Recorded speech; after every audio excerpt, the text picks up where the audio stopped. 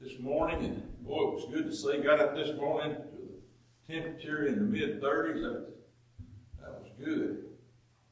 We're going to have look like a beautiful week, even though we're going to get a lot of rain. But even, we're in Alabama, so when the temperature goes up and the dew point goes up, it's going to rain.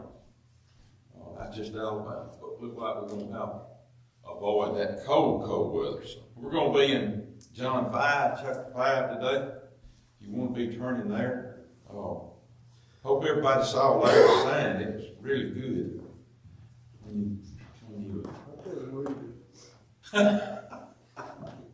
I asked him, I said, how'd you put that up there? He said it was hard. He said, it was hard. It was good. I bet he'll get some comments over that. So that's wonderful. All right, we're going to be in John chapter 5. Hey, Stephen, you doing good? I'm doing good. Good. Let's remember remember Geraldine and Ernie, Brandon's still having some problems. They're trying to get him in an apartment over there. Remember him. Remember Flo's sister, I asked her about her sister and said she's going to go down tomorrow and check on hers. And continue to pray for her, as well as others, Bob and Leanne. Continue to pray for others that are dealing with health, family situations. Remember the ones in California. We sent some money out there to them, to the congregation that Stephen gave us the name. It seems that several congregations lost their building. This congregation that we're sending the money to still have the building, but several of the members lost their homes. So remember them. I can't imagine losing everything you got. That did happen. Okay, bow with me, please, and we'll go to God in prayer as we begin our class. Our Father, we're grateful for this day, grateful for the blessings that you give us, so wonderful, and many of which we just don't even think about. But we're truly grateful, and forgive us for that. And we know that you're who you give us everything. Thank you for loving us, blessing us. Be with us be with me during this class. Give me a good remembrance of what I have prepared. In your Son's name I pray. Amen. Okay, let me give you a little synopsis of what we're going to talk about. I'm using a commentary, and it's an ASV, American Standard Version, 1901, which is a good commentary, good version, and but it reads a little different. So I use King James, New King James Version. It's a little different, and I think it'll be better by using New King James in some of this morning. What we're going to be talking about is, we let last week, I think it was Clifton had the class, I believe it was. We talked about the when Jesus healed the nobleman's son. He was astonished, amazed that Jesus didn't have to go. He was, go and your son will be healed. And we saw that it was that Jesus had just turned water into wine and then come to Judea where this happened. Jesus returns from Judea again and performs this sign. And sign is a term John likes to use rather than a miracle. Refers to miracles that Jesus used. What was the purpose of a miracle? To prove the word, show who he was. We can stand up and talk all along that he was who he was, but to prove that. And even though he did that, some people still didn't believe. Sadducees and Pharisees, they were hard-headed, and of course they stood by the law and were determined not to leave the law, and so they never did. They didn't believe in John's baptism, and they didn't believe in Jesus' baptism. And so, they're the ones really that ended up, crucifying Christ. And when we get through with what we're going to talk about today, is really where a lot of persecutions come from the Jews. Bob? You know, in the lesson today at Big Creek, he's going to heal a man on Sunday. It seems like he goes out of his way well, he helps the man. That's the most important thing. The second thing, he's trying to get a point across to, I think, the Pharisees and the high priest about how the law is really supposed to work. Why is it coincidental he keeps healing people on Sunday? I think it's on the proof. Saturday, the Lord. On Saturday, on the Sabbath day. Yeah, I think it was to show them something. It was to prove something, because he intentionally did that, I think, and to kind of really show them God heals. God healed the man. You know, of course, he claimed to be God's son, but God did it. You know, give God the purpose for it, glory for it. I think that was the reason for it. I mean, just to show them that God healed them, and it's not work. You know, that if we go back to several verses, shows that they were not supposed to work on Sabbath, on the Sabbath day. And that was for a reason, you know. God did that back then, Moses' law. But this is not work. This was not the work that God intended it to be for that purpose. So we'll talk about that as the lesson goes on. Yeah, that is true, Bob. I think that was purposeful. Okay. Of course, this is the man was cured immediately. It wasn't like some of the, miracle healers that we have today, the false teachers, And another point was the man really didn't have faith. We don't have any proof that he didn't have faith.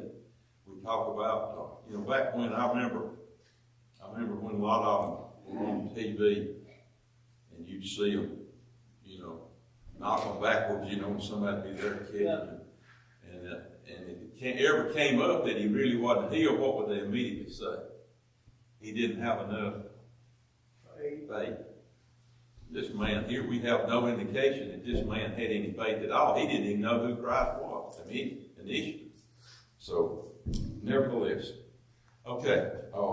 The cure took place on the Sabbath day, and I think that was intentional. The Jews confronted the man and told him that it was against God's law to carry his bed on the Sabbath day. And, of course, the man told him, says, this man that healed me, he didn't know who he was. He told me to do that. And, of course, then is when they got on Jesus. And we'll see they stayed on him. Okay. Any questions? First verse. After this, there was a feast of the Jews, and Jesus went up to Jerusalem. We don't need it. That's verse 1, chapter 5. John doesn't really mention what feast it was. There's 3 initial feasts. One of the versions I looked at said it was a Passover feast, and it probably was. But if we look in Deuteronomy 16:16, the 3 main feasts where all males were to appear in Jerusalem before the Lord. One was a feast of unleavened bread, and one was a feast of the weeks, and one was a feast of the tabernacle. Feast of unleavened bread was a Passover feast. The Feast of Weeks was 7 weeks after that. And it was at a point May, June, in that time frame. And then the Feast of the Tabernacle was God's reminding people of God's protecting them and caring for them while they were in the desert. And so, but we don't know which one it was. It really doesn't matter. It was one of the ones where the people were required to meet it and sacrifice to God. So it says Jesus had been in Galilee, and now he returns to Jerusalem for a feast of the Jews. That's what verse 1 mentioned, Feast of the Jews. And there's much speculation about which feast it is. However, there is no way to know exactly which feast it is, since John doesn't say. It really doesn't matter, but sometimes we wonder which one it was. Verse 2. Now there in Jerusalem by the sheep's gate a pool, which is called in Hebrew Bethesda, having 5 porches. Okay, it says Jesus describes exactly where this miracle takes place in Jerusalem. The sheep's gate was north of the temple grounds. The King James Version inserts the word market. That version says market gate. Reason being is it's close to the temple, and of course we know sacrifices that takes place. So to make it convenient, that gate was there for the sheep to come in, for the animals to come in, and it was there for a purpose. And so that's where this individual. That's where the gate is. The gate through which the sheep were brought to the temple. And 5 porches is mentioned. It was kind of a colonnade area where you could, come and rest. And it was a big area. It says that excavations show that it mentions the 5 porches show that there were 2 pools with the colonnades running full length of both sides, all the way around. And then in between the 2 pools, there was a colonnade, which is, for somebody to rest. The Seder means house of mercy. Why were they there? They're sick. Sick, lame, they wanted to be healed. This next verse now, evidently, let me go ahead and start and read this. Verse 3. In these lay a great multitude of sick people, blind, lame, paralyzed. This next sentence, if you read it for the King James, New King James, mine's New King James, this ASV it's not in the oldest manuscripts. This verse and verse 4 says, waiting for the moving of the waters. And verse 4 says, for an angel went down at a certain time into the pool and stirred up the water. Then whoever stepped in the water first, after the stirring of the water, was made well of whatever disease he had. Now, you might say, why did that happen? Why was that allowed into some of the later versions? And verse 7, we'll see the reason why. Verse 7 indicated that to kind of support the latter part of that verse 7, which says to put, but while I am coming another, when the waters trouble, that part of that verse. And if they didn't know that, then they wouldn't know why that was in the water. Why was that in verse 7? Now we might say, who did this? It was the writers to help support that. Now, probably this pool was what? What do we have today? I guess back years ago, why did you go to Arkansas? There's a place in Arkansas. Hot Springs. Could have been like that.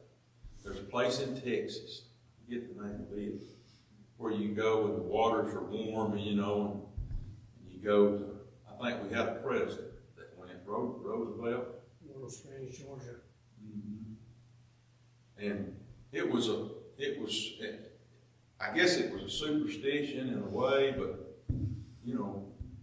water feels good when we're hurting. Warm water feels good. And so back then when you had very little anything else to help you feel better, this probably was the case.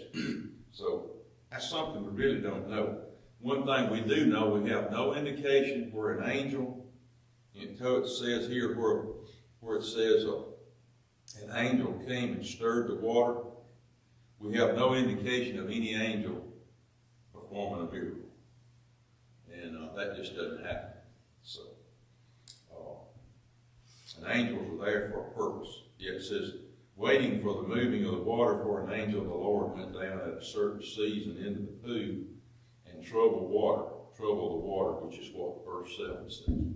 Now, this man says, what he's saying is, and God's going to, when Jesus asked him, he's going to say, well, I can't move fast enough to get in the water. The first one's the one that's healed, that's probably just in your mind. But Jesus asked him that. Why? He couldn't move fast enough. So, any questions or comments about this? I looked up several commentaries, and this is what they all indicated as far as that verse number 4, end of 3 and verse 4 here. Superstitions of the time. We have those today, and this indicated something that probably was taking place here. Any comments?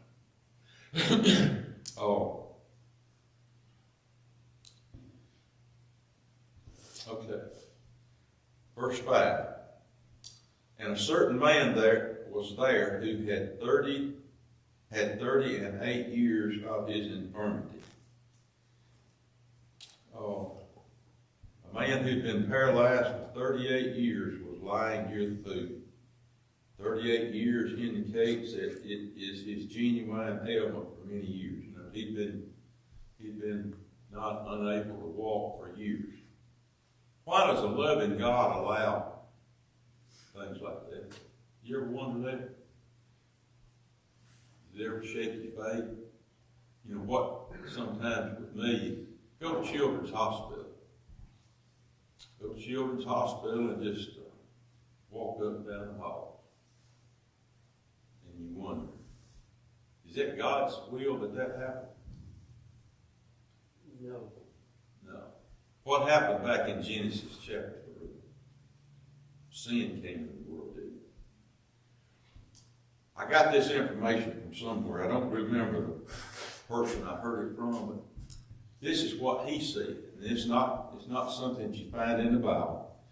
People say, you have a child. I had a child die, and I had a grandchild die. And they'll say, it's God's will. Is it God's will that we get sick? Is it God's will that Flo's sister's having problems? Bob's having problems? We all have problems. But is that really God's will? It is. But God's will is, there's three categories of God's will I can firmly believe. God's intended will is that we all live a healthy life, a long, healthy life. We know we're going to die, though. That's true. But we all healthy life, we're not sick. That's His intended will. His conditional will is what happened when sin came into the world. Our old bodies started dying, started wearing out. Sin, disease came in the world. If we accidentally pull out in front of the truck, that's a conditional will. God's conditional will. Things are going to happen like that. Accidents are going to happen. Disease is prevalent. Gets in our body, and we either get over it or we die. That's His conditional will, because the devil brought sin into the world. These little babies that we see in children's hospital, they get sick because of maybe not their fault, but someone else's fault, or either just disease takes place in their bodies, because that's what happened. God did not intend for that to happen. but it does happen. But as we grow older, of course, as we mature, we either obey the gospel or we don't obey the gospel. If we obey the gospel, we have Christ with us to help us get through these. Like Jesus told Paul, he said, "My faith is sufficient for you." We have that same faith available to us to get through these ailments that the devil brings on us. If we smoke, we start smoking. Back when I was growing up, we smoked. Y'all don't even know what I'm talking about. Crossvine and rabbit tobacco. Remember that? Yeah. And of course, most people, a lot of people smoke. I smoked a little bit, but not that long. I went in the Army and they give you food, and when you was in the field, they give you 2 cigarettes. I didn't ever smoke before that, other than just that crossvine and rabbit tobacco. But I picked up smoking. They'd say, take a break, smoke if you got it. That's what they'd say. They hear that, Leon, when you was in the service? Smoke if you got it. A lot of people picked up smoking because of that, and that was not God's will for that to happen, but it was a conditional will that if we did and we continue doing it, chances are we're going to have breathing problems, So, now, intentional will, where he wishes everybody to be healthy, live a long life, die a faithful Christian. Conditional will, the world, sin takes over, not takes over, but affects that intentional will. The last one is our ultimate. His ultimate will is, and this is something that will take place. We either obey God, be faithful to Him, or baptized, live a faithful life, and we're going to go to heaven. Or either we don't do that, and we're going to be lost. That's His ultimate will, which is we can take it to the bank. Anyway, I heard that from somewhere, from some preacher, and it's true. Okay, any questions? I believe that the Lord allows you to be sick a certain length of time. People will call upon Him, And I know a man that was like that. He just talked against the Bible and against God, and God let him be blinded, and he called on the Lord. And he obeyed God. Mm-hmm. Yeah, a lot of that's God. Of course, we go back to His conditional will. That was God's conditional will. We say allows it, or we say that's His will, but He sets in motion the laws of nature. And they don't change. If we jump off this building, we're going to hurt ourselves. That's the law of nature. God's not going to stop it. We step in front of a truck, we're going to probably get killed. That's God's, allowable will, because it's His nature, law of nature, see? And hopefully, though, if we get, like you say, if we get sick and we're not faithful, then we do have a change of mind, and we say, hey, I need to look at my life and make things right. Well, Job, He allowed Job to be sick. Mm-hmm. Yeah, of course, Job was faithful, before that. He was faithful man before that, but it made Job stronger. See, we know that. The Bible teaches us that our persecutions and our infirmities should make us stronger, and they will if we trust God. A lot of times, if we got a pocket full of money, we got everything in the world we need, who do we leave out?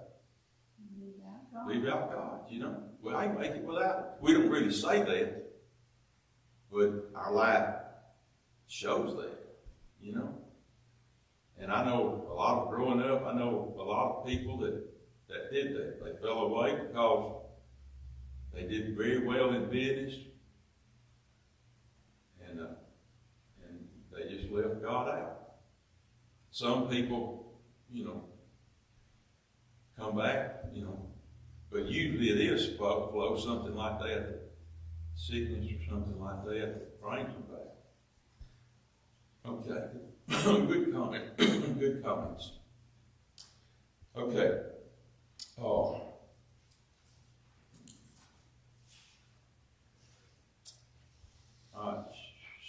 Verse 6. When Jesus saw him lying and knew that he had been there a long time in that case, in that situation, he said unto him, wouldest thou be made whole? Would you like to be healed? And of course, most people would say, yes, I would, but he did.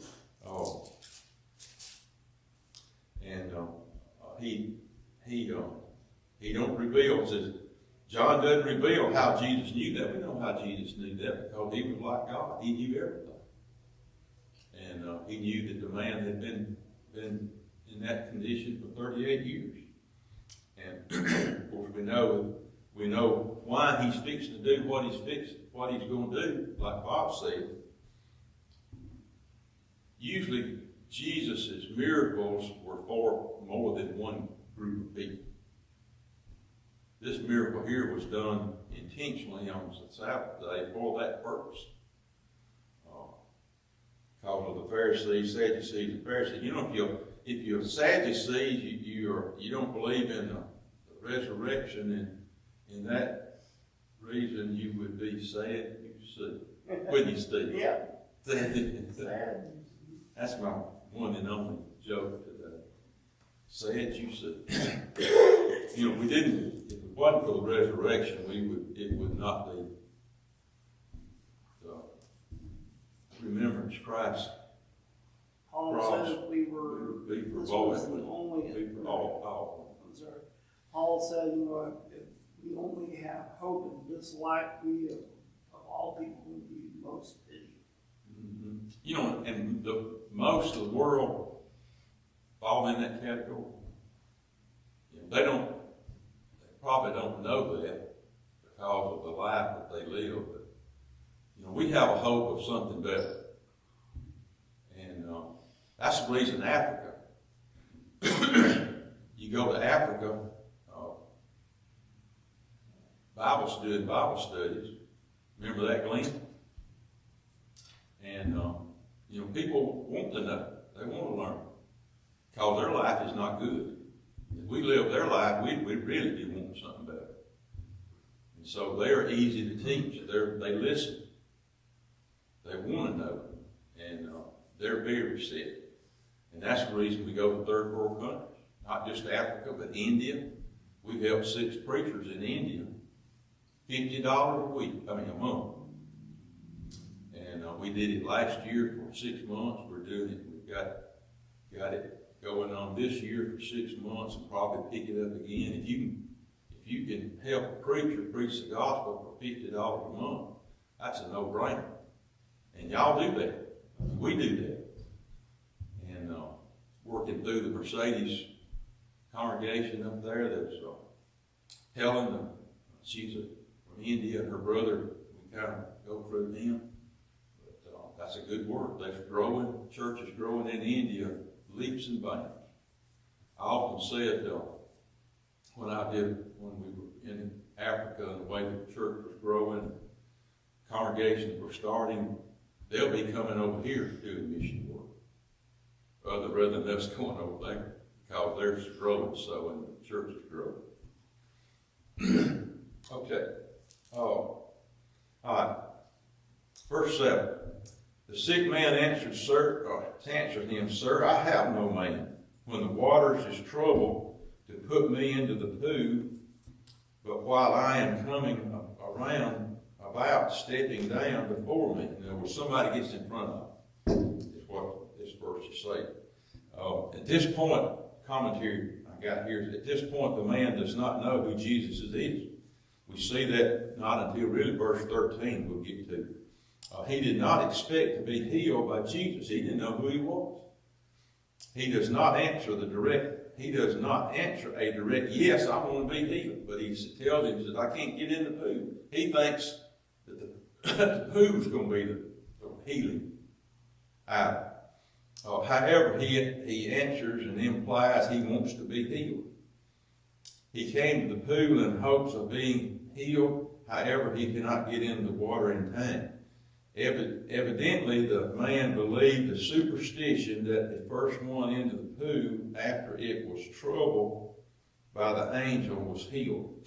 And that, again, that's superstition, like many we have today. He has not lost hope of being healed, though, and he continually comes to the pool. Persistent. You know, Brother Parker I told him, he called me the other day, and he said, you know, I had the most wonderful phone call I've ever had, I guess. He said, I had somebody call and said, I want to do a Bible study. You know? Kind of like this man said, I want to be healed, even though he was not really religious, but he gives Jesus a reason to do what he's going to do. And that's something we don't hear very often. We go and we work hard, whatever we do, you know, to get Bible studies, and then a lot of those, you know, really fail, and not to happen. If we do get the Bible study, of course, we've done what we can do. When you have somebody call and say, you know, I want a Bible study, that's wonderful. Doesn't happen very often in America. Okay, any questions? How Verse did they 8. know it was an angel that comes down? Did they see him? Superstition. Verse 7.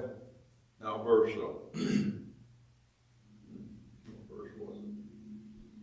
verse 4, which is not in your, you got the King James, Flo? King James. King James, okay. This one here, this ASB said this verse here, which is not in the older manuscripts now. The reason this is added in this ASB is because of verse 7.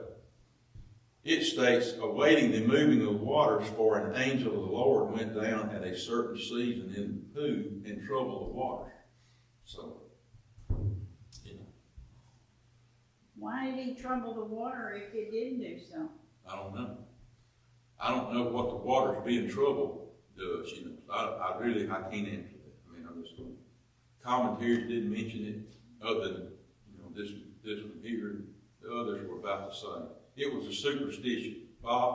Well, we do know that the man knew he needed a miracle.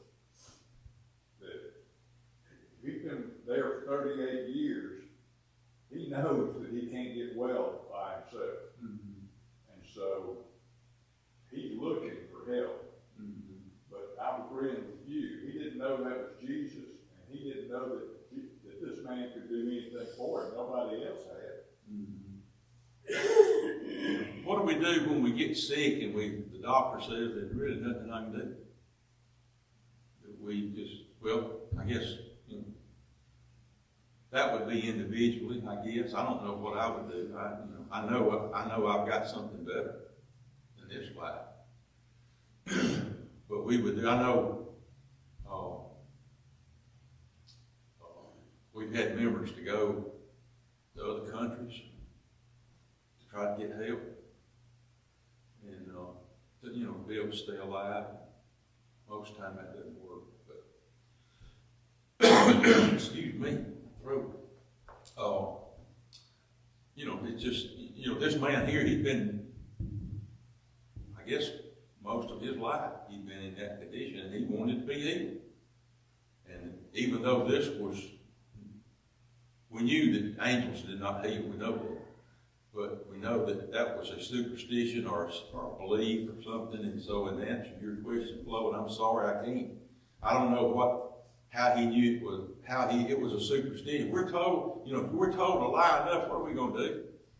Yeah, but enough of them was healed if they still believed it Well, enough to be there. We don't know that now. We don't know that they were healed. We don't know they were healed. If we go and, you know, why did people go to Hot Springs, Arkansas?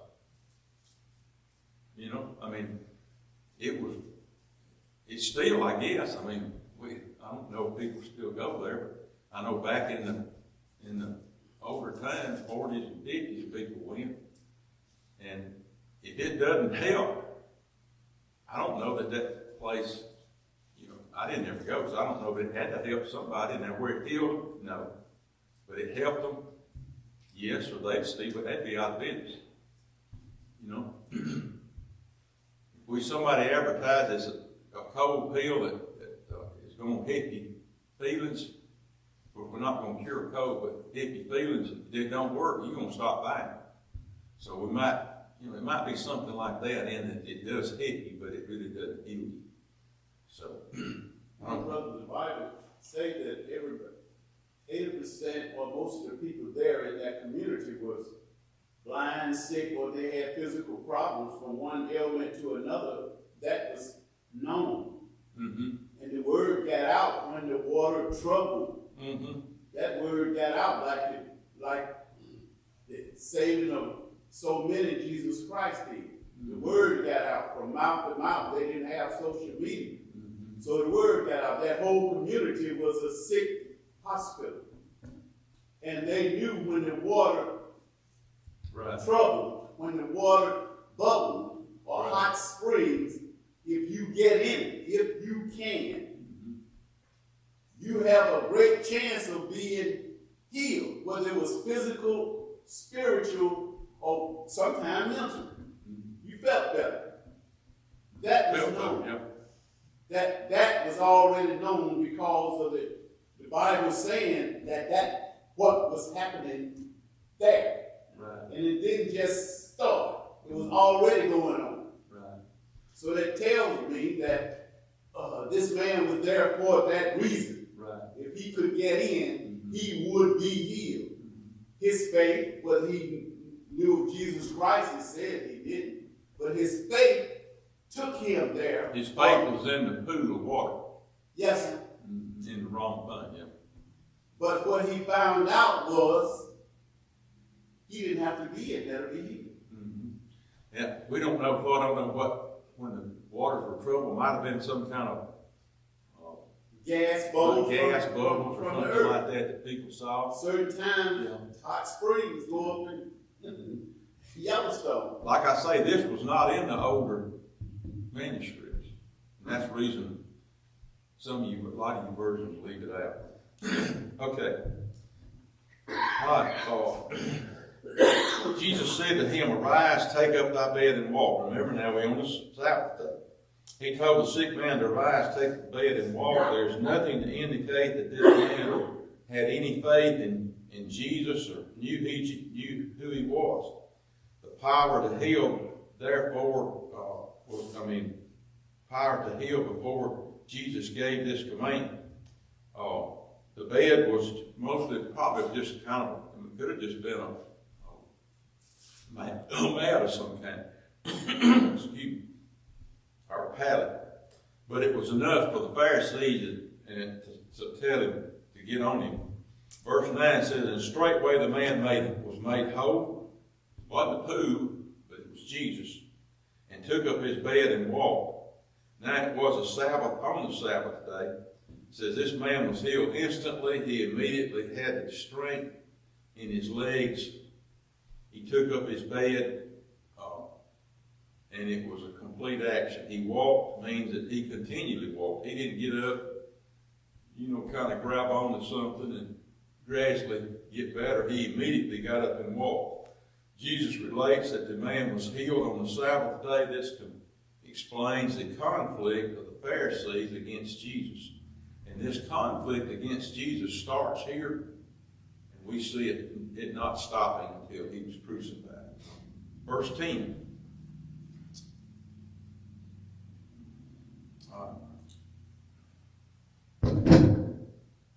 Verse 10, "So the Jews said unto him that was cured," he said, "It is a Sabbath day. Is it not unlawful for thee to take up thy bed?" Said the healed man was accused of breaking the Sabbath day because he carried his bed.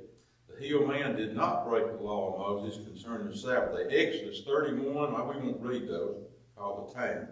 You can go back in Exodus 31 and Numbers 15 and Nehemiah 13 and Jeremiah 17. It says these passages indicate that the work of the law had been done should be done on other days, and that's true. How many of you remember in my days what was open on Sundays? Anything open? Nothing. I mean, there wasn't anything open on Sundays. I mean, you couldn't buy gas, you couldn't get a hamburger, you couldn't go get anything. Maybe, well, no, I can't remember anything. It's just nothing open. The newsman, the newsboy would throw a Sunday paper.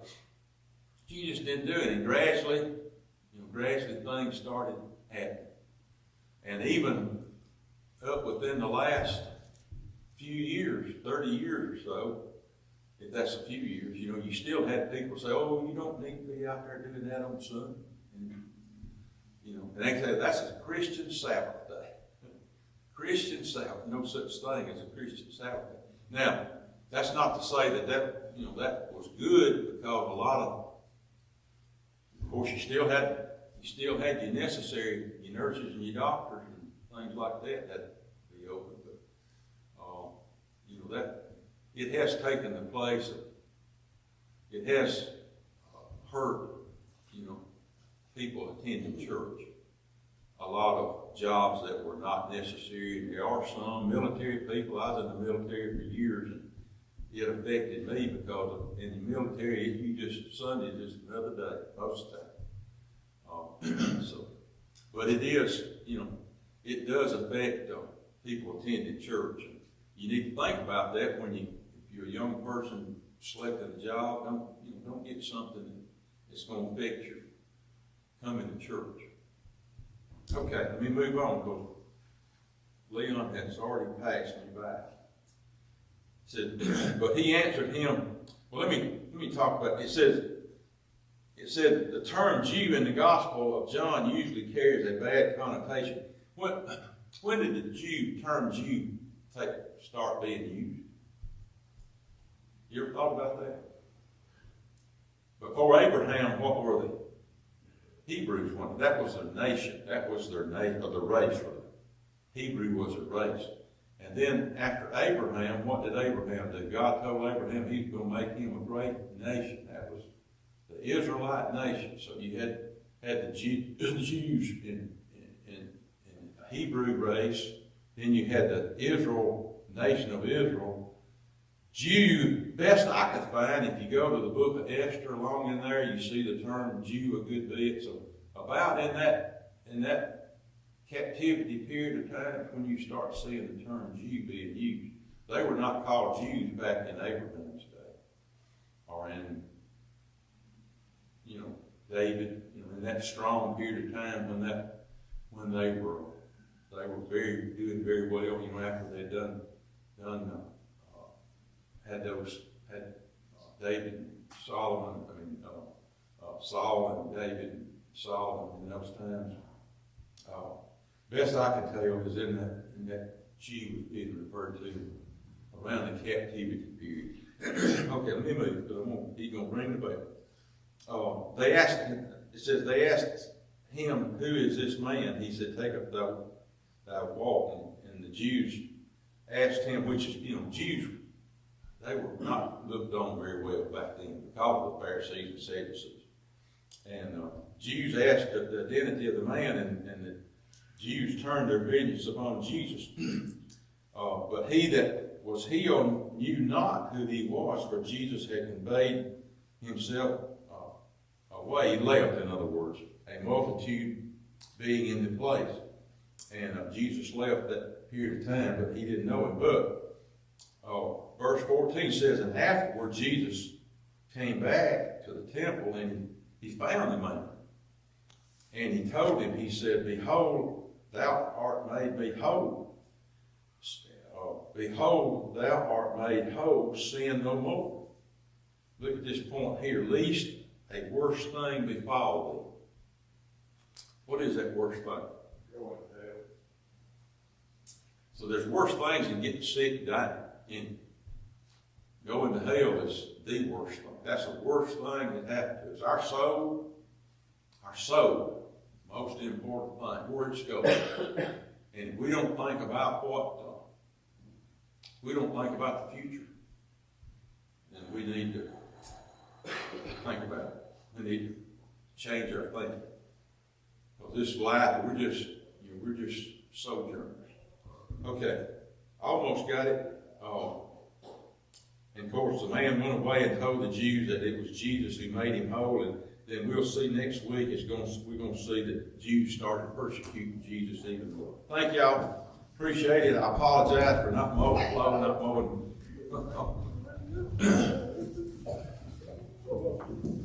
Hey, boys. Huh? Yeah. You put that back up.